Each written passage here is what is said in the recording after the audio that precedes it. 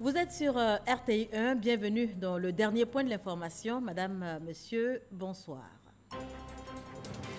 La libéralisation de l'espace audiovisuel sera effective à la fin de l'année 2018, annonce faite ce vendredi par le président de la République, Alassane Ouattara. C'était lors de la cérémonie de remise du rapport annuel de l'AACA. Le président de la République, Alassane Ouattara, déclarait il y a de cela une semaine dans une interview accordée à Jeune Afrique que la Constitution de 2016 l'autorisait à se présenter en 2020. Annonce qui fait débat au sein de la classe politique. Le dossier signé Michel Digré dans quelques instants. Et puis Jean-Pierre Bemba, acquitté en appel ce vendredi à la Cour pénale internationale pour les charges de crimes de guerre et crimes contre l'humanité. Toutefois, l'ancien vice-président congolais reste détenu pour d'autres charges. Bienvenue dans votre édition. Je vous le disais en titre, la libéralisation de l'espace audiovisuel sera effective à la fin de l'année 2018. Annonce faite par le président de la République, Alassane Ouattara. C'était lors de la cérémonie de remise du rapport annuel de la AACA, la haute autorité de la communication audiovisuelle. On fait le point avec Awa Touré. Le contrôle du pluralisme et l'accès équitable aux médias du service public, la libéralisation de l'espace audiovisuel et la migration vers le numérique constituent les grandes articulations du rapport 2017 de la AACA, la haute autorité de la communication audiovisuelle. Le concept de redevabilité qui impose au mandataire de rendre périodiquement compte de sa mission au mandant est une marque de bonne gouvernance, d'autant qu'ici, ce concept est consacré par nos lois. En effet, la cérémonie solennelle de ce jour de remise du rapport de la AACA à Monsieur le Président de la République se tient conformément aux dispositions de l'article 34 de la loi numéro 2017-868 du 27 décembre 2017 portant régime juridique de la communication audiovisuelle. Le président de la République, Alassane Ouattara, a reçu ce rapport d'activité des mains du premier responsable de la AACA, Ibrahim Sissavani. Pour Ibrahim Sissavani, si la remise du rapport est un devoir, il est aussi l'occasion de rencontres pour échanger sur les acquis et perspectives du paysage audiovisuel. Excellence, Monsieur le Président de la République, pour diverses raisons, notre paysage audiovisuel est longtemps resté en jachère. Aujourd'hui, la situation a remarquablement évolué. Aujourd'hui, il y a 191 radios, dont 148 dites de proximité.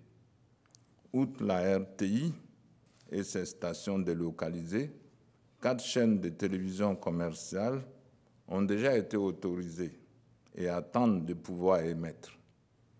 7 opérateurs des réseaux de distribution, communément appelés bouquets satellitaires, sont autorisés.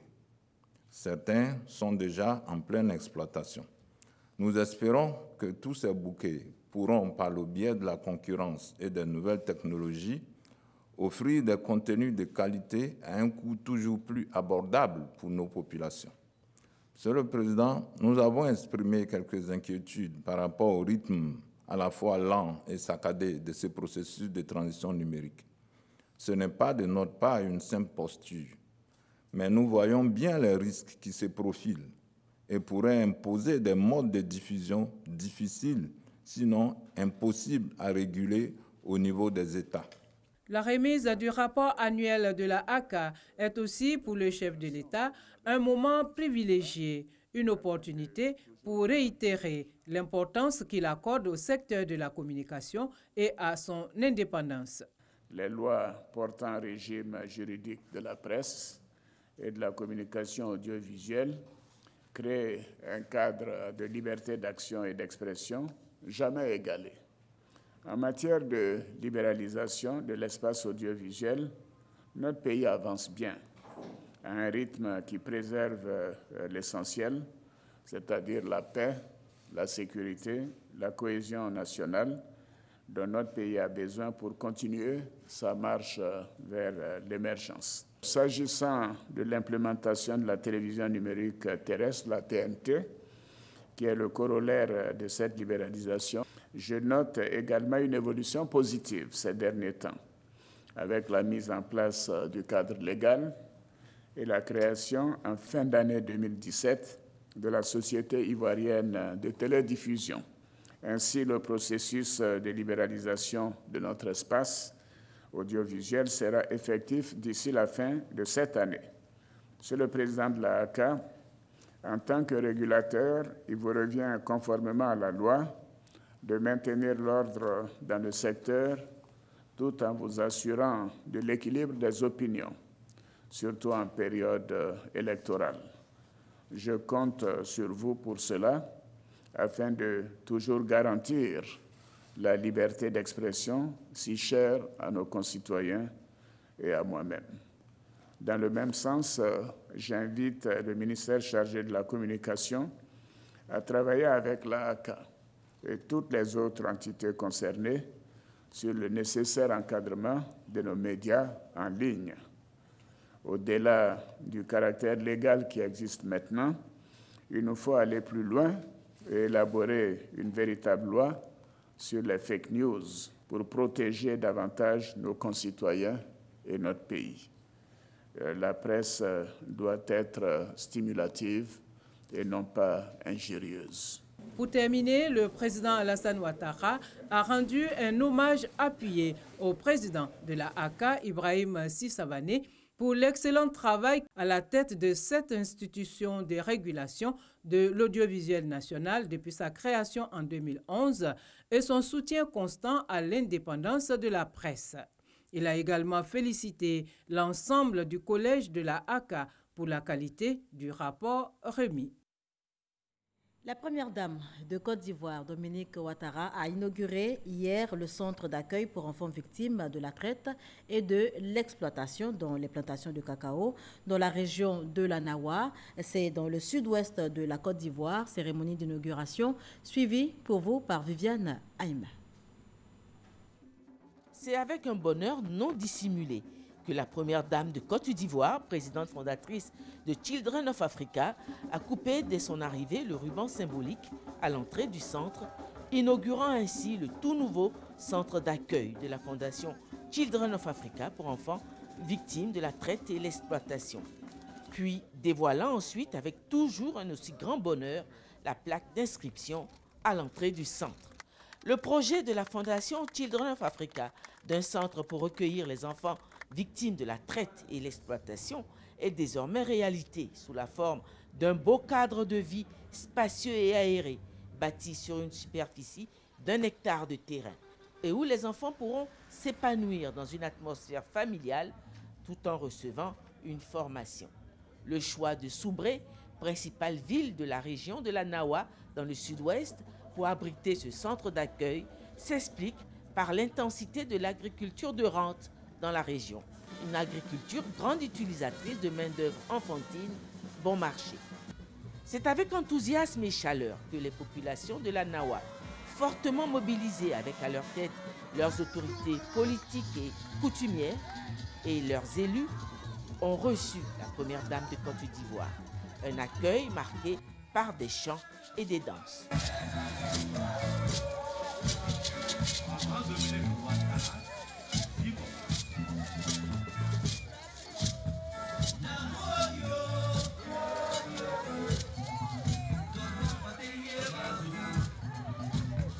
Le mot de bienvenue a été adressé par le maire de Soubré, Traoré Lassiné, puis le directeur général du Conseil Café Cacao, tout d'abord suivi par le représentant résident de l'UNICEF et la chargée d'affaires de l'ambassade des États-Unis, ont salué les progrès enregistrés au niveau du regard que projettent désormais les acheteurs internationaux sur le cacao ivoirien. Dès que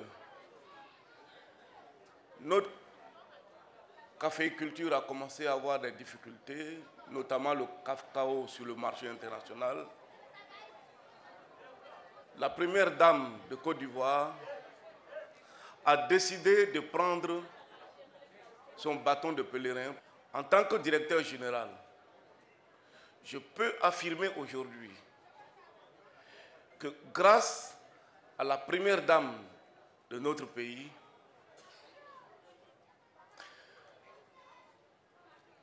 les acheteurs, les chocolatiers dans le monde entier ont désormais un autre regard, un regard positif sur notre production. Madame la Première Dame, vous l'aviez promis et bien dit. Mieux encore, vous avez fait et vous l'avez fait d'une façon excellente. Je voudrais, Madame la Première Dame, réitérer toutes nos félicitations pour ce magnifique centre qui va offrir un cadre d'épanouissement aux enfants victimes de la traite et de l'exploitation. L'inauguration de ce centre d'accueil témoigne de l'engagement du gouvernement de la Côte d'Ivoire, impulsé par la Première Dame, à lutter contre la traite des enfants et d'autres formes d'exploitation des enfants dans la région. Le centre d'accueil est placé sous la tutelle du ministère de la Solidarité, de la Femme et de l'Enfant, dont la ministre est par ailleurs la vice-présidente du comité interministériel de lutte contre le travail des enfants. Elle a enjoint le personnel du centre à faire preuve de dévouement. À mes chers collaborateurs, vous avez une grande responsabilité dans le fonctionnement et la réussite de ce centre. En tant que professionnel de l'action sociale, vous devez donner le meilleur de vous-même. Que les enfants trouvent en vous l'image rassurante de la mère ou l'image rassurante du père qui sait écouter, qui sait comprendre, qui sait prendre les mesures et décisions qu'il faut, du professionnel qui sait anticiper pour éviter l'irréparable. Chers collaborateurs, vous devez vous engager pour un accompagnement de qualité, adapté aux besoins des enfants, avec une bonne ouverture sur la participation à leur projet de vie. Ce centre d'accueil de Soubré est le premier d'une série de 3 centres d'accueil que la Fondation Children of Africa se propose de construire, dont un centre à Boaké et un centre à Ferkessédougou. La Première Dame s'est exprimée sur le projet de sa fondation. La région de Soubré étant au cœur de la production cacaoyère en Côte d'Ivoire, le centre de Soubré sera essentiellement dédié aux enfants victimes de l'exploitation dans les plantations de cacao. Cet établissement offre une capacité d'accueil de 64 lits au total, soit 2 dortoirs de 32 lits pour les filles et 2 autres dortoirs de 32 lits pour les garçons. Il dispose également de bureaux de direction, d'un centre médico-social, ainsi que de plusieurs salles de classe et d'ateliers de formation. Les enfants ont aussi une salle multimédia, une bibliothèque et une cantine. La salle polyvalente, quant à elle, servira aux activités diverses et le terrain de sport sur lequel nous sommes permettra aux enfants de pratiquer quotidiennement des activités sportives. Au sein de ce centre d'accueil, nos enfants trouveront un foyer chaleureux et y recevront une attention particulière de nos encadreurs spécialisés, des soins de santé ainsi qu'une formation adaptée à leurs besoins. La Première Dame avait aussi de nombreux dons, en vivres et non-vivres et en espèces pour les populations de Soubré, d'une valeur totale de 133 millions de francs. Elle a reçu à son tour plusieurs présents, longuement énumérés par le président du conseil régional de la Nawa. Puis, c'est par une visite du centre que s'est achevée la cérémonie d'inauguration. Voilà, capacité d'accueil, une 60aine d'enfants, des pensionnaires qui pourront donc bénéficier d'un encadrement familial, mais également d'une formation à divers métiers. Gros plan sur ce tout premier centre d'accueil pour enfants victimes de la traite et de l'exploitation, dont les plantations de cacao. C'est à Soubré. On y retourne avec Viviane Aïma. Le centre d'accueil pour enfants victimes de la traite, bâti à Soubré par la Fondation Children of Africa de la Première Dame de Côte d'Ivoire, Dominique Ouattara, a une capacité d'accueil de 64 enfants. Il est bâti sur une superficie d'1 hectare, permettant ainsi aux jeunes pensionnaires de bénéficier d'un grand espace. Le centre dispose de nombreuses commodités. 4 dortoirs équipés chacun de 8 lits superposés. 2 dortoirs sont destinés aux filles et 2 dortoirs destinés aux garçons. 2 salles de classe pour des cours d'alphabétisation, 2 salles de formation où les enfants recueillis vont apprendre les bases de la couture, de la coiffure, de la menuiserie. Ils pourront aussi apprendre l'informatique et améliorer leur savoir grâce à une salle multimédia comprenant une bibliothèque et 3 ordinateurs avec connexion Internet. Le centre compte aussi une salle de télévision, une grande salle polyvalente, une paillote, un grand réfectoire, une cuisine équipée, une buanderie équipée de machines à laver le linge, un bâtiment médico-social comprenant une infirmerie avec une salle d'observation de 3 lits. Les enfants seront sous la garde de 4 éducateurs résidant au sein du centre. Un secteur est prévu pour le logement des éducateurs. Le centre dispose aussi d'un bâtiment pour l'administration. Le centre d'accueil de Soubré est le premier-né des 3 centres d'accueil projetés par la Fondation Children of Africa. Après Soubré, les 2 autres centres d'accueil seront réalisés à Boaké et à Ferkessédougou, 2 villes qui se signalent comme de grands carrefours de passage des trafiquants d'enfants. Je vous le disais en titre, la semaine dernière, le président de la République, Alassane Ouattara, déclarait dans une interview accordée à Jeune Afrique que la Constitution de 2016 l'autorisait à se présenter en 2020. L'annonce fait débat au sein de la classe politique. Partis d'opposition et mouvance présidentielle décryptent donc le sujet dans ce dossier proposé par Michel Digré. Dimanche 3 juin 2018, le président de la République accorde une interview à l'hebdomadaire Jeune Afrique. Plusieurs thématiques sont abordées, mais seulement 3 phrases cristalliseront les attentions. La nouvelle constitution m'autorise à faire 2 mandats à partir de 2020. Je ne prendrai ma décision définitive qu'à ce moment-là, en fonction de la situation de la Côte d'Ivoire. La stabilité et la paix passent avant tout, y compris avant mes principes.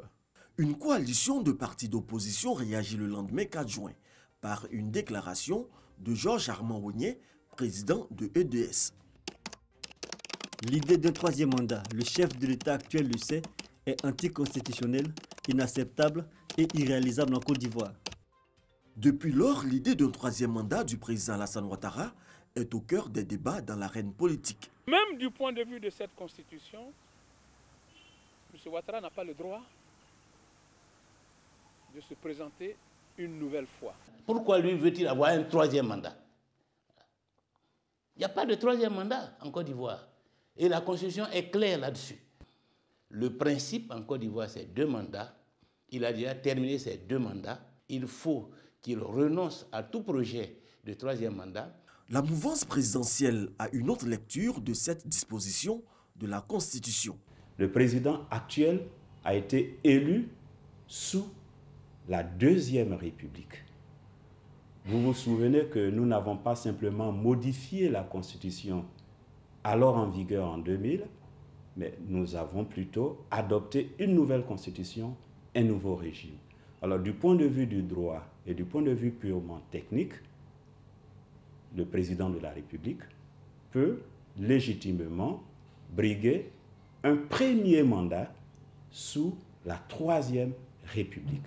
Nous sommes bien dans la 3e République, donc techniquement, il peut briguer un mandat sous la 3e République. Mais encore une fois, il ne s'agit pas d'une décision du président de la République. C'est une éventualité, c'est une option qui sera analysée en fonction de l'environnement politique national, en fonction des impératifs de paix et de stabilité nationale, il l'a dit. C'est une constitution qui met vraiment le compteur à zéro pour tous les acteurs politiques en Côte d'Ivoire. Le verrou d'âge a sauté, donc tous ceux qui se croyaient folkloriers ne le sont plus, y compris même ceux qui sont encore dans les liens de la prison, et tout le monde. Donc à ce niveau, vraiment je voudrais qu'on ne s'attarde pas sur cette question. Je demanderais plutôt, surtout comme c'est l'opposition qui déjà commence à faire feu de tout bas sur la question, on doit dire que non, l'opposition doit plutôt chercher à préparer, n'est-ce pas, un projet politique contre le bilan d'Alassane Ouattara. Pour le Parti ivoirien des travailleurs, l'annonce du président de la République va ramener la sérénité au RHDP. Et de plus en plus, il y a beaucoup d'excitation par rapport à qui sera candidat en 2020, surtout dans le cadre du RHDP. Donc c'est une manière pour le président de tempérer les ardeurs, de telle sorte que, avec l'autorité qu'il a, les velléités soient mises en veilleuse afin qu'on puisse évoluer allègrement vers 2020 et lui permettre de terminer tranquillement son mandat. Naï Claude Prignon, politologue, décrypte l'un des enjeux du sujet à polémique. Le président veut montrer à sa coalition politique que le danger de la division, c'est-à-dire que le danger de la division peut conduire le RHDP à la perte du pouvoir. Donc, quand il le dit, vous allez voir qu'il y aura une mobilisation de l'opposition. Et si ça se passe ainsi, la pression sera sur la coalition politique du président qui est le RHDP. C'est une occasion pour l'opposition politique de justement de se réveiller. Et ça, on l'a vu dans ces derniers jours. Tous les opposants, les leaders de l'opposition ont eu brancard. Et en réalité, ça participe du dynamisme de la démocratie. Mais c'est un risque politique quand même de l'annoncer à 2 ans de 2020. Si le plus grand allié du RDR, à savoir le PDCI, n'a pas encore fait officiellement un commentaire sur le sujet, son secrétaire exécutif lui a déjà mis les pieds dans le plat au cours d'un meeting. Si on avait dit à la nouvelle constitution peut faire 3 mandats, voilà, il allait être candidat. Mais on dit, s'il y a une loi et que la constitution ne change pas ça, c'est pas contraire, c'est ce qui était avant là qui s'applique. On a écrit dans la constitution. Lui, c'est un secrétaire exécutif. Il doit galvaniser ses militants. Il doit les mettre en rang de bataille. Il doit dire ce qu'il faut pour que les militants ne soient pas démobilisés. Mais le mot revient en dernier ressort au président du parti. Pour Naï Claude Prignon, cette équation politique trouvera certainement réponse. Sur le plan juridique, il y aura forcément un débat qui va se faire. Je pense qu'on a la chance que dans notre constitution, il y a le juge des élections.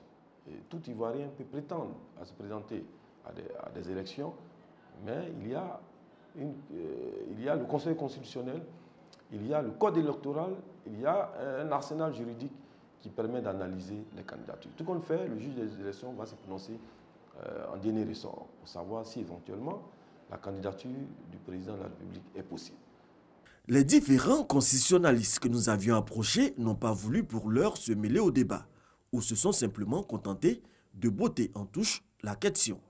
Je peux vous dire que je n'ai rien à dire. Parce que nous en sommes encore au stade de supputation, des hypothèses. Mais le président de la République est un homme majeur, un homme responsable, qui sait ou doit savoir ce qu'il doit faire, non pas seulement pour lui-même, mais d'abord pour le pays. Donc c'est à lui de voir, à lui de juger, pour n'avoir à faire que ce qui va dans le sens de l'intérêt de la Côte d'Ivoire, donc d'intérêt général. L'opposition, elle, entend se réunir très bientôt pour adopter une position commune dans ce nouvel épisode de la vie politique en Côte d'Ivoire.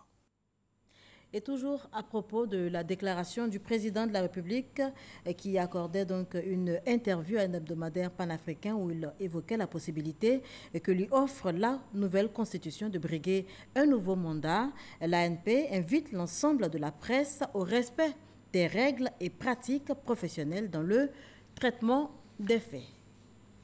Il tentait de rejoindre l'Europe via la Libye. L'aventure a malheureusement tourné au drame pour eux. Fort heureusement, depuis hier, ils sont en Côte d'Ivoire. Ils ont donc regagné les bords de la lagune Ébrié. 153 migrants ivoiriens ont été rapatriés à Abidjan par vol spécial ce jeudi 7 juin. Ils ont été accueillis à l'aéroport Félix Houphouët-Boigny dès leur arrivée donc par le directeur général des Ivoiriens de l'extérieur et la responsable de l'Organisation internationale pour les migrants.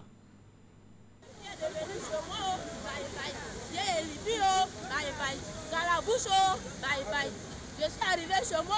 En Côte d'Ivoire, c'est pas parce que nous ne sommes pas à l'aise. Je suis sortie pour me battre. Ça me fait 3 ans que je suis à l'aventure. D'abord en Tunisie, quand tu arrives, là-bas même, c'est pas facile, c'est la souffrance. Candidats à l'immigration en Europe, leur voyage s'est arrêté en Libye.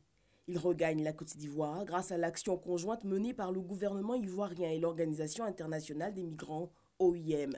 Les 153 personnes, dont 28 femmes et 4 enfants, dont 2 mineurs non accompagnés, ont été accueillis à leur descente d'avion par le directeur général des Ivoiriens de l'extérieur. Je voudrais d'entrée remercier les partenaires, dont l'Organisation internationale pour les migrations et l'Union européenne, pour cette importante initiative qui est de continuer le travail à ramener en toute sécurité les Ivoiriens. De retour, l'une des préoccupations majeures de ces migrants est l'insertion dans le tissu socio-professionnel, une question à laquelle les autorités ivoiriennes apportent déjà des réponses. Comme d'habitude, ces personnes qui reviennent bénéficieront, grâce au Fonds fiduciaire de l'Union européenne, un pécule de réinsertion à hauteur de 165 000 francs et des vivres aussi. Et puis en plus, il y aura un hébergement d'urgence de quelques jours. Et plus tard, la politique de réintégration se mettra en place pour les personnes qui remplissent toutes les conditions de prise en charge par rapport à la réinsertion. Il y a beaucoup d'émigrants, par exemple, qui ont travaillé sur la route, quelque part, en Algérie, en Libye, et qui peut-être ont appris plein de nouvelles choses et ne sont pas conscients que peut-être ce serait intéressant de valider cet acquis et d'avoir un diplôme pour pouvoir trouver un emploi. Le rapatriement volontaire des migrants ivoiriens en détresse en Libye va se poursuivre. À ce jour, 2842 migrants ont été rapatriés dans le pays. Voilà, 153 migrants ivoiriens de retour donc au Bercail. Le reportage était signé Olivier Iriebi et Alexis Ouedraogo. On poursuit en images avec la célébration, comme tous les 8 juin, de la journée mondiale des océans. L'événement a rassemblé cette année les membres de l'ONG Les Amis des Marins sur les plages du village d'Azureti. C'est à environ 4 km du centre-ville de Grand Bassam. Thème retenu cette année par l'organisation: prévenir la pollution pour un avenir durable des océans. Occasion donc de faire de la sensibilisation sur le rôle crucial que jouent les océans. L'anémie de l'enfant au cœur des 8e congrès et 16e journée de la pédiatrie. C'est la Fondation Félix Houphouët-Boigny de Yamoussoukro qui a abrité ce double événement qui s'est tenu donc du 6 au 8 juin 2018. Cérémonie de clôture donc aujourd'hui avec Charles Tatou. Selon l'Organisation mondiale de la santé, l'anémie touche plus de 64% des enfants de moins de 5 ans en Afrique. Et l'une des principales causes de ce réel problème de santé publique reste la carence en fer. Pédiatres africains, européens et spécialistes en charge de la promotion du bien-être de l'enfant séjournent à Yamoussoukro.